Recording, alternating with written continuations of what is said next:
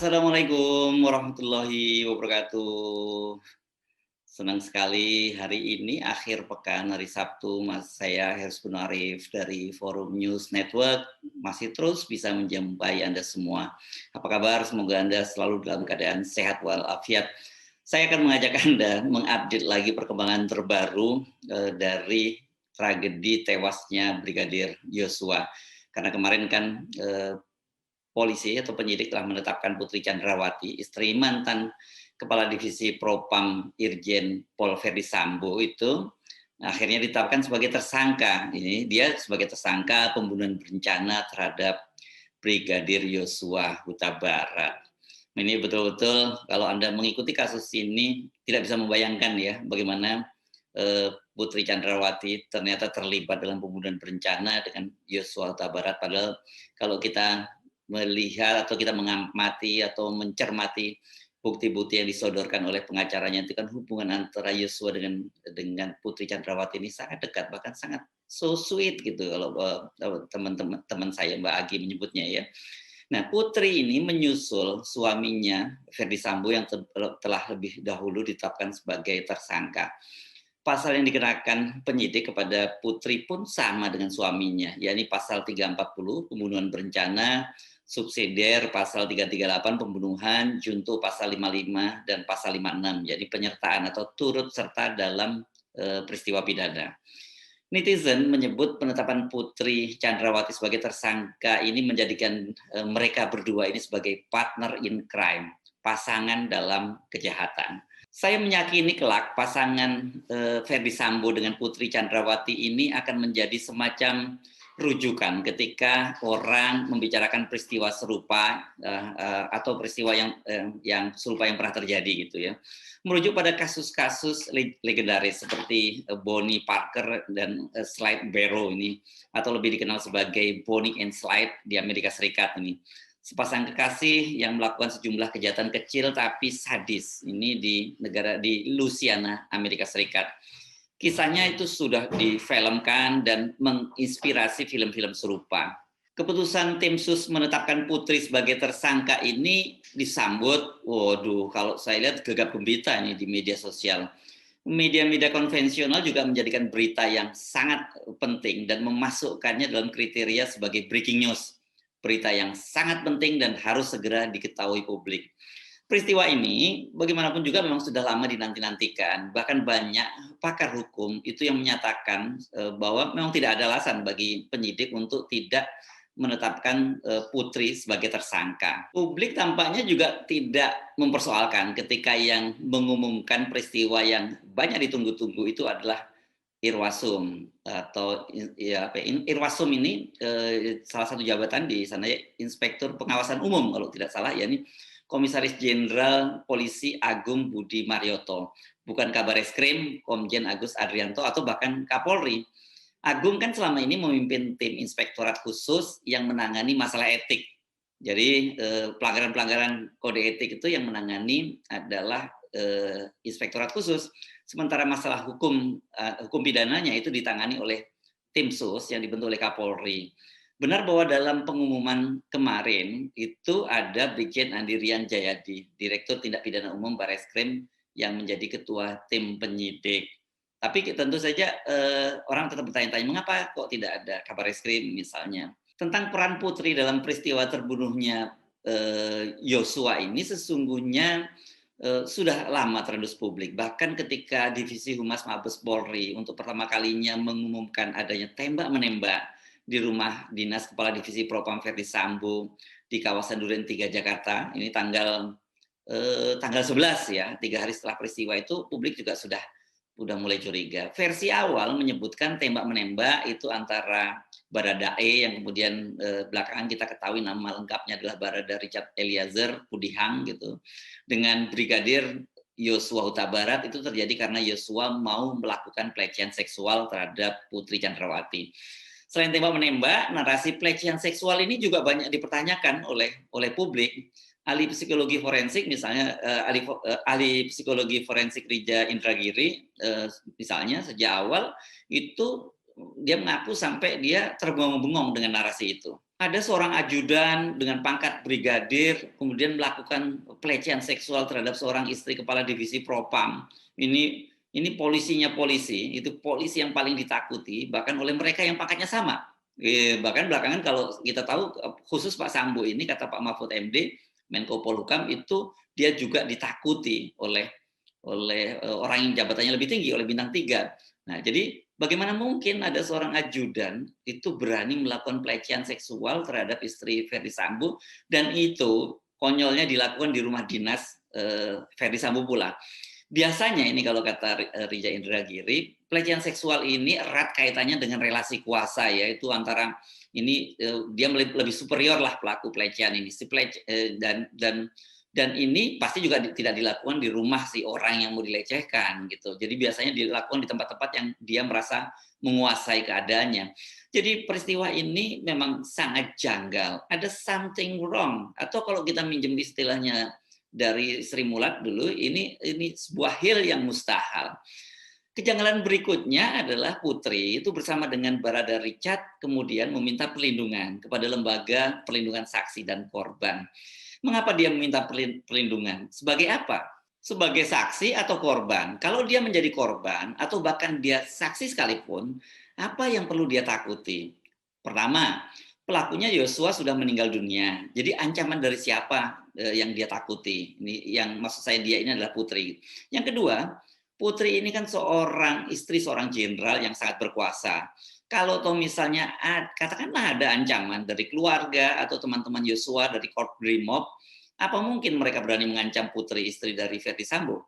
Yang ketiga, ini penjelasan dari polisi sendiri, kalau tidak salah seingat saya dari Divisi Humas juga pada waktu itu menyatakan bahwa mereka ini sudah memberikan pengawalan, bahkan bukan hanya Putri, tapi termasuk juga Barada Richard itu sudah dilindungi oleh polisi. Perlu dicatat ya, posisi maksud saya, posisi Barada Richard ini pada waktu itu dinarasikan sebagai membela diri dan melindungi istri dari atasan. Makanya dia kemudian menembak Yosua. Tembakannya 5 masuk 7, sementara tembakannya Yosua yang 7 tidak ada satupun yang terkena. Soal permohonan perlindungan saksi ini semakin janggal ketika Putri itu tidak mau datang ke LPSK. Melalui pengacaranya itu dia hanya menyerahkan asesmen dari yang dilakukan oleh psikolog pribadi yang kemudian menjadi dasar yang mereka minta untuk menjadi dasar bagi LPSK untuk memberikan perlindungan terhadap Putri. Dan Putri ini juga tetap tidak bisa ditemui oleh LPSK ketika didatangi ke rumahnya. Alasannya dia masih shock dan hanya bisa menangis. Dan pada waktu itu LPSK kemudian sampai pada satu kesimpulan, ini memang nggak cukup antusias gitu ya, bahasanya Ketua LPSK Pak Hasto Atmojo menyebutnya tidak antusias. Atau sebenarnya juga oke, ada yang menyebut juga nggak terlalu serius dia waktu itu minta perlindungan. Jadi untuk apa dong kalau gitu dia minta perlindungan ke LPSK? Ini yang waktu itu banyak dicurigai. Dan belakangan kita tahu bahwa sebenarnya ternyata ini memang dirancang sejak awal soal perlindungan ini, karena seperti pengakuan LPSK kan kemudian muncul fakta bahwa mereka pernah diundang dalam sebuah rapat di Polda yang mendesak agar LPSK segera memberikan perlindungan kepada Putri. Dan belakangan yang memimpin ini adalah seorang AKBP Kasubdit di Polda Metro Jaya, juga sekarang salah satunya yang ditahan oleh tim oleh Irsus karena melakukan pelanggaran kode etik. Nah, Putri ini juga kembali tidak muncul ketika mau diperiksa oleh Komnas HAM. Pada waktu itu yang datang adalah para ajudan, para pengawal dan juga asisten rumah tangganya. Termasuk ini ketika didatangi ke rumahnya bersama Komnas HAM perempuan, dia tidak muncul juga.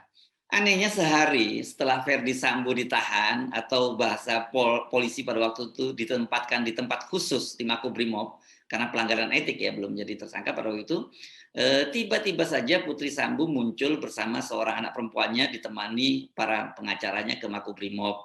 Alasannya mau menyerahkan baju untuk ganti suaminya Ferdi Sambo. Walaupun kelihatannya wajahnya kusut masai dan sedih, tapi Putri Sambo terlihat sehat walafiat. Dia bisa berjalan sendiri ke mobilnya, dia juga bisa bicara kepada wartawan, walau kalimatnya terkesan pada waktu itu nggak nyambung dan malah menimbulkan tanda tanya. Saat itu kan dia menyatakan dalam kalimat pendek bahwa dia sangat mempercayai dan mencintai suaminya. Karena selama ini tidak pernah muncul, banyak yang kemudian curiga bahwa yang datang ke Makobrimob itu bukan Putri Chandrawati. Ini ada pemain pengganti gitu ya. Kecurigaan itu juga datang dari Kamarudin Simanjuntak, pengacara keluarga Brigadir Yosua.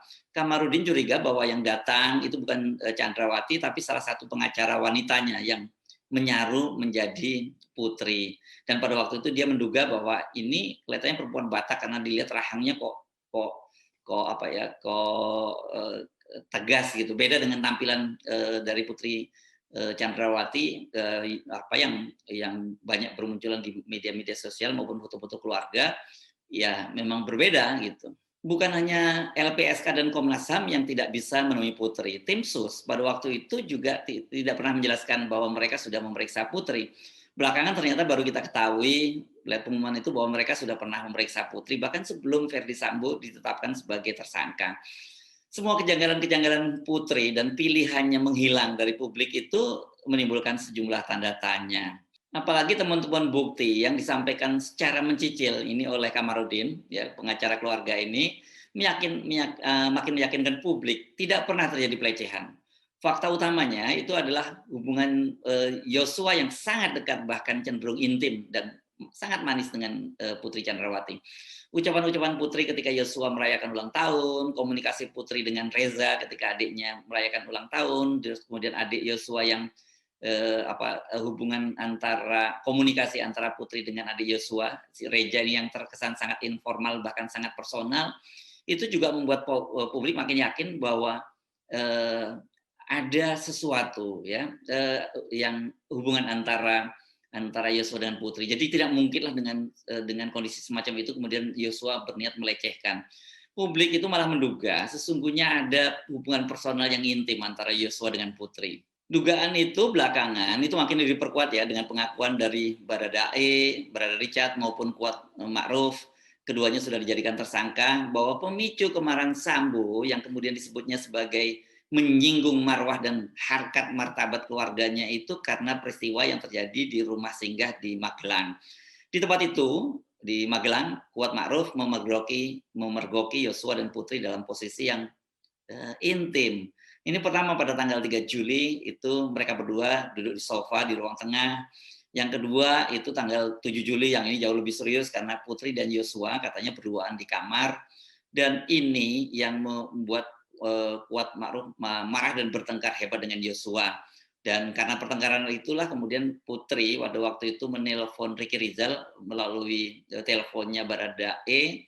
Mereka berdua ini sedang mengantar makanan untuk anak Verdi Sambo yang sedang bersekolah di Sekolah Taruna Nusantara untuk segera pulang.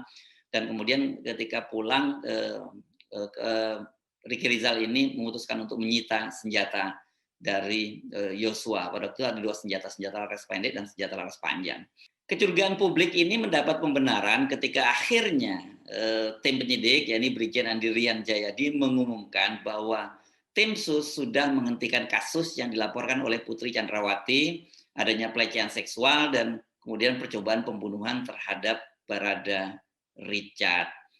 Dan soal pengumuman ini memang sudah tinggal menunggu waktu saja karena pada waktu itu sebelumnya ketika mengumumkan tersangka baru itu waktu ada Barada Richard, Ricky Rizal dan kemudian ya dua orang itu waktu itu kabar reskrim dan juga maksud saya juga Verdi Sambo yang ditetapkan sebagai tersangka pada waktu itu Komjen Agus Andrianto kabar reskrim menyatakan kecil kemungkinan dengan adanya pembunuhan berencana itu terjadi pelecehan seksual yang dilakukan oleh Yosua. Nah, bersamaan dengan itu pada waktu mengumumkan bahwa kasusnya dihentikan, itu Brigjen Andi Rian menyatakan bahwa mereka menyatakan itu adanya dugaan obstruction of justice atau menghalang-halangi penyidikan yang dilakukan oleh Putri Chandrawati. Setelah pengumuman bahwa kasusnya dihentikan dan adanya obstruction of justice, status Putri sebagai tersangka itu sebenarnya hanya menunggu waktu saja. Masalahnya pada waktu itu kita dibuat ragu karena kabar reskrim Komjen Agus Andrianto menyatakan bahwa soal ini status Putri ini masih didalami oleh Irsus, Inspektorat Khusus. Publik, pengamat hukum, termasuk saya sendiri menduga bahwa ada beberapa kemungkinan pasal yang akan diterapkan terhadap Putri. Pada waktu itu yang pertama adalah laporan palsu. Ini sulit dan tidak perlu diperdebatkan. Kedua, soal obstruction of justice. Ini juga sebenarnya sangat kuat karena udah seperti dikatakan Andirian Jayadi. Tetapi kalau kita pelajari dari sisi bunyi atau rumusan pasal 221, yakni soal obstruction of justice, itu dinyatakan bahwa tidak dikenakan hukuman bila alasannya itu untuk menghindari hukuman dan dilakukan antara lain mereka yang terikat dalam hubungan suami istri. Putri dan Ferdi kan berada dalam ikatan suami istri. Yang ketiga, ini dugaannya pada waktu itu adalah terlibat dalam pembunuhan berencana. Sebab saat peristiwa terjadi, waktu itu Anda mungkin sebagian masih ada yang ingat, Putri itu ada di lokasi, saya menyebutkan begitu. Dan penyidik juga menemukan sidik jari Putri, itu ada 5 sidik jari di luar sidik jari Yosua yang sudah meninggal dunia. Itu ada 5 sidik jari, ada sidik jari 4 orang itu sudah dijadikan tersangka, yakni Barada Richard, Bribka Riki Rizal, Kuat Ma'ruf, dan Ferdi Sambo. Nah, ada satu lagi di situ yang sidik jari ditemukan, yakni sidik jari dari Putri Chandrawati. Jadi sudah dapat dipastikan bahwa Putri Chandrawati ada di lokasi dan mengetahui adanya peristiwa eksekusi terhadap Yosua. Ternyata penyidik yang berasal dari tim sus itu memutuskan Putri dikenakan pembunuhan berencana. Andirian Jayadi menyatakan bahwa Putri ditetapkan sebagai tersangka atas 2 alat bukti berupa keterangan saksi dan bukti elektronik berupa rekaman CCTV yang ada di lokasi rumah Jalan Saguling dan di TKP rumah dinas di Duren 3. Temuan CCTV ini yang tadinya dinyatakan hilang itu menjadikan Putri itu sulit untuk berkelit. Saya ingin memberi catatan juga ya, jangan bayangkan bahwa penetapan Putri itu prosesnya sesederhana yang seperti kita lihat yang di televisi atau seperti yang diterangkan oleh Brigjen Rian. Ada 2 alat bukti. Latar belakang politiknya, adanya tarik-menarik kepentingan di Polri dan besarnya pengaruh Ferdi Sambo di internal kepolisian. Ini Anda masih ingat ya, ada ada chart berupa waktu itu kerajaan atau kekaisaran Sambo. Kemudian juga kalau Pak Mahfud MD Menko Polhukam menyebut ada kerajaan Sambo dan dia ini sangat ditakuti, bintang 3 saja itu takut kepada Ferdi Sambo. Membuat kasus ini termasuk penetapan Putri itu sebagai tersangka tidak semudah yang kita bayangkan. Namun, ini tekanan publik seperti yang Anda lakukan selama ini, itu turut membantu kasus ini akhirnya dibuka secara transparan. Apa dasarnya saya menyatakan bahwa tekanan publik juga turut berperan? Kemarin itu Pak Kapolri, Jenderal Listio Sigit memberikan arahan, yakni tentang citra Polri yang merosot tajam dan kemudian meningkat lagi bersamaan dengan penetapan Ferdi Sambo sebagai tersangka. Ini menjelaskan semuanya dan pada kemarin Pak Listio Sigit meminta agar mereka betul-betul serius untuk mengembalikan citra kepolisian dan ancamannya kalau enggak dipecat.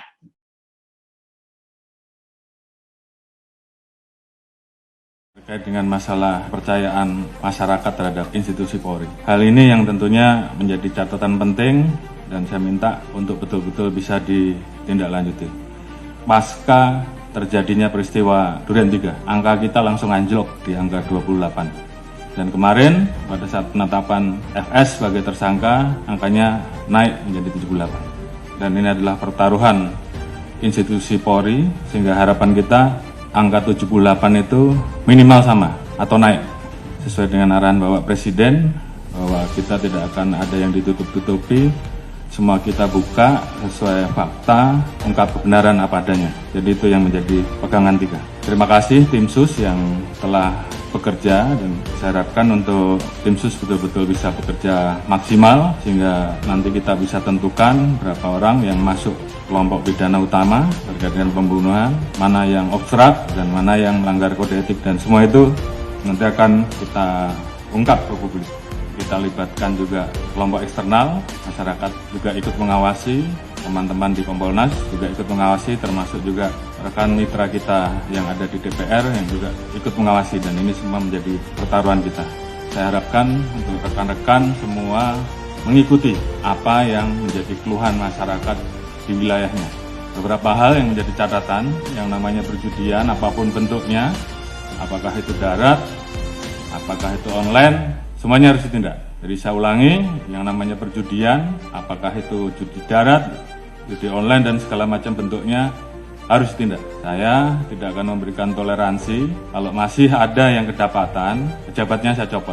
Saya tidak peduli, apa itu Kapolres, apakah itu Direktur, apakah itu Kapolda, saya copot. Demikian juga di Mabes juga sama, tolong betul-betul diperhatikan. Kemudian hal-hal yang menjadi keluhan masyarakat dan dilaporkan, tolong dibereskan. Demikian juga masalah narkoba, jangan ada yang main-main. Kalau ketahuan bermain-main dengan masalah narkoba, mengatur, mengedar atau pengguna, ketahuan, saya copot. Illegal mining, apalagi di wilayah hutan lindung dan sebagainya, tidak ada lagi. Penyeludupan demikian juga, penyalahgunaan BBM, LPG apalagi yang saat ini menjadi beban pemerintah, tolong tertibkan. Masalah pungli, kalau ada saya tindak. Ini pertaruhan kita, tinggal rekan-rekan memilih yang mana. Yang nggak sanggup, angkat tangan. Kalau sanggup, kerjakan. Propam, saya minta turun dan awasi. Sekali lagi, saya tanya kepada rekan-rekan. Yang nggak sanggup, angkat tangan. Kalau nggak ada, berarti kalian semua, rekan-rekan semua masih cinta institusi. Dan saya minta kembalikan kepercayaan masyarakat kepada kita, pada institusi, sesegera mungkin. Ini juga menjadi atensi Bapak Presiden kemarin pada saat hari ulang tahun kemerdekaan, pidato beliau terkait dengan masalah perlindungan hukum, sosial politik, ekonomi untuk rakyat, pemenuhan hak sipil, aktif demokrasi, hak politik, perempuan, kelompok marginal harus terus dijamin. Hukum harus ditegakkan seadil-adilnya tanpa pandang bulu. Ini menjadi perintah dari pimpinan tertinggi, laksanakan saja. Peran pemimpin juga saya harapkan bagaimana peran rekan-rekan untuk selalu mengingatkan anggota, termasuk mengingatkan diri kita sendiri. Dalam situasi seperti ini, tentunya banyak anggota kita yang kemudian tidak percaya diri. Bangkitkan semangatnya, bahwa dari 430.000 personel Polri, saya yakin masih banyak personel Polri yang baik. Tunjukkan dalam kinerja rekan-rekan, sehingga masyarakat kemudian merasakan, kemudian melihat bahwa lebih banyak polisi yang baik. Dan ini kita harus saling mengingatkan. Jangan biarkan teman kita, anak buah kita, kemudian terseret kepada permasalahan yang bisa menurunkan marwah institusi. Pengalaman adalah guru yang terbaik, dan kita minta bahwa ini jangan terulang kembali. Saya sayang pada rekan-rekan, namun pada saat saya harus memilih, maka saya lebih memilih menjaga institusi. Dan saya kira rekan-rekan juga semua memiliki semangat yang sama. Lakukan yang terbaik. Lakukan dengan ikhlas, jadikan itu sebagai amal ibadah rekan-rekan. Jaga soliditas internal. Permasalahan yang ada, saya harapkan membuat Polri menjadi lebih solid. Jadikan ini guru yang terbaik. Ingat bahwa banyak yang tidak ingin Polri solid. Jadi saya minta justru dengan permasalahan ini, bagaimana kemudian kita menangani dengan baik dan meningkatkan soliditas internal. Saya Prabu pada pimpinan tertinggi kita, sehingga kita betul-betul bisa mengawal seluruh kebijakan pemerintah dan arahan Presiden terhadap kita. Jaga marwah dan nama baik institusi. Ini bukan masalah pangkat, tapi bagaimana rekan-rekan memposisikan institusi ini di dalam hati sanubari rekan-rekan. Kita menempatkan profesi rekan-rekan sebagai ibadah, maka saya yakin semuanya akan berjalan dengan baik. Setelah ini, tunjukkan kerja rekan-rekan, jangan kendor, semangat, tugas kita masih banyak, lakukan yang terbaik yang bisa rekan-rekan lakukan, kembalikan kepercayaan publik. Dan saya yakin dengan soliditas yang ada, kita semua bisa.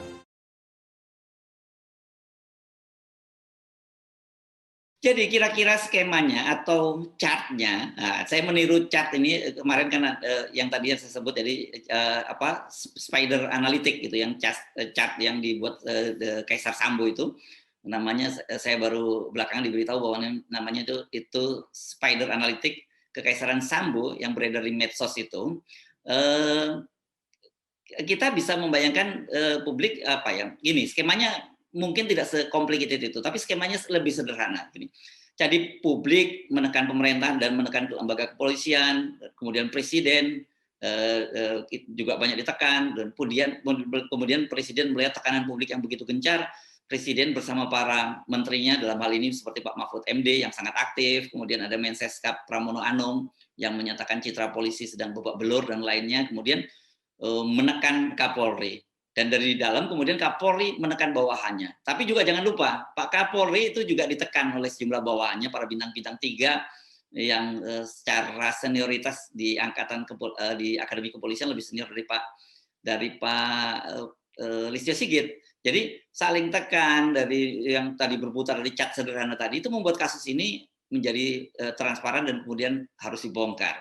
Tapi saya ingatkan ya, jangan Anda menepuk dada lebih dulu.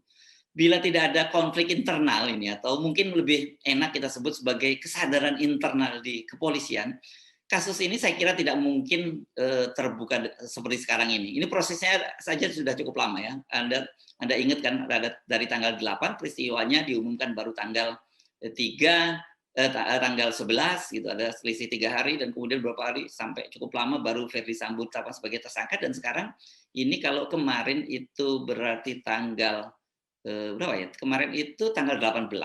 Tanggal 18 itu berarti sudah 40 hari dari 41 hari malah itu baru kemudian Putri Sambo ditetapkan juga sebagai tersangka. Jadi sekali lagi ini kalau tidak ada kesadaran internal, saya tidak mau menyebutnya ada konflik internal di kepolisian gitu, kasus ini nggak mungkin terbuka karena pengikut Sambo itu ternyata sangat besar. Seperti dikatakan oleh Pak Mahfud MD kan ada beberapa orang yang pengikut dari Ferdi Sambo di daerah itu sudah pada ke Jakarta walaupun tidak punya penugasan, dan saya kira ini ingin semacam apa ya, menghalang-halangi proses penyidikan.